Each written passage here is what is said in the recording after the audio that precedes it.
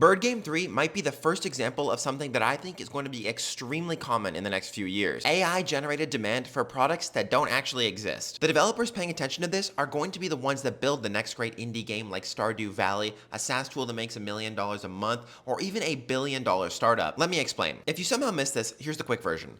Bird Game 3 is a completely fictional AI-generated game that's blowing up on short-form social media right now. Instagram, TikTok, even YouTube Shorts. There's fake clips, fake gameplay, fake comms, even a completely fake esports scene for this game that does not exist. But people are hyped. People want to play this game because they love the concept and they love the way the visuals look. Because of this, studios are scrambling to build out a working proof of concept for this game so they can cash in on all that virality. Now, this might sound insane, but it's actually not a new idea at all. Developers have been doing versions of this forever. Go to any big open source repo and look at the feature requests. There are dozens of things that people want that the maintainers just don't have time to build, or it isn't worth their time to build with the limited time and resources they have to work on open source projects. So people build entire SaaS products or cloud services around those features that people want on top of the original open source product. The same thing happens on Reddit. Go to any popular subreddit like r/entrepreneur and look at problems people are having or products people want. Building the things that you already know people want is often much faster than dreaming up an idea, surveying customers,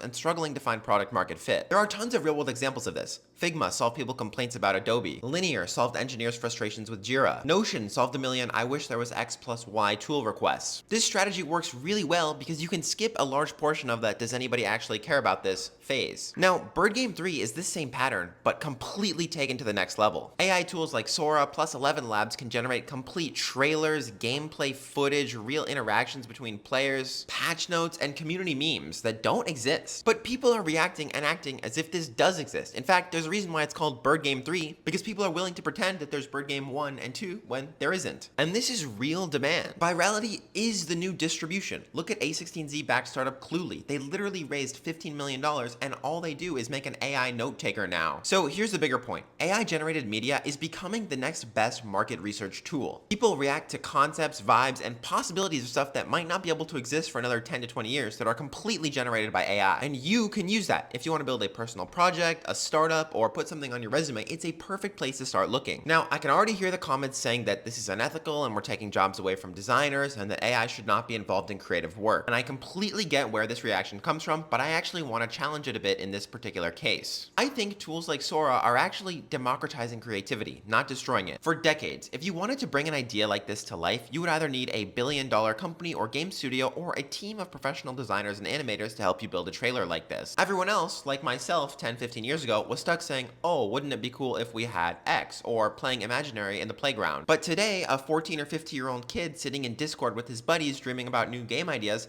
can now actually generate a simple proof of concept for what that game would look like and share their vision with other people that might want to play that game. The friends still come up with the concept of, let's just say, a 5v5 bird game where you pick a different bird to play as based on real-world birds and compete to steal eggs, is all his idea. But now he can generate a concept. This is not a full game, there are no production assets, there's no professional sound design, and you don't have 3D models that would actually work in a real game, but he's got something that he can show his mom and his buddies, and if it has legs, it's going to make it a hell of a lot farther than just chat at the playground. Other people can remix it, build on it, react to it, and show that there's real demand for a product before it exists. And here's the key point. No one is shipping one of these AI-generated trailers as a complete game. But if it ever does become real, studios are going to hire developers, designers, professional sound designers, professional game balancers. We still need paid experts to turn that vision from a dream into something playable and polished. And I say that as somebody who works with a team of insanely talented designers every day. AI has not replaced them, it's augmented them. It lets them explore directions they'd never have time to mock up manually. When I need an actual design done, I never use AI. I go to my design team because they understand taste,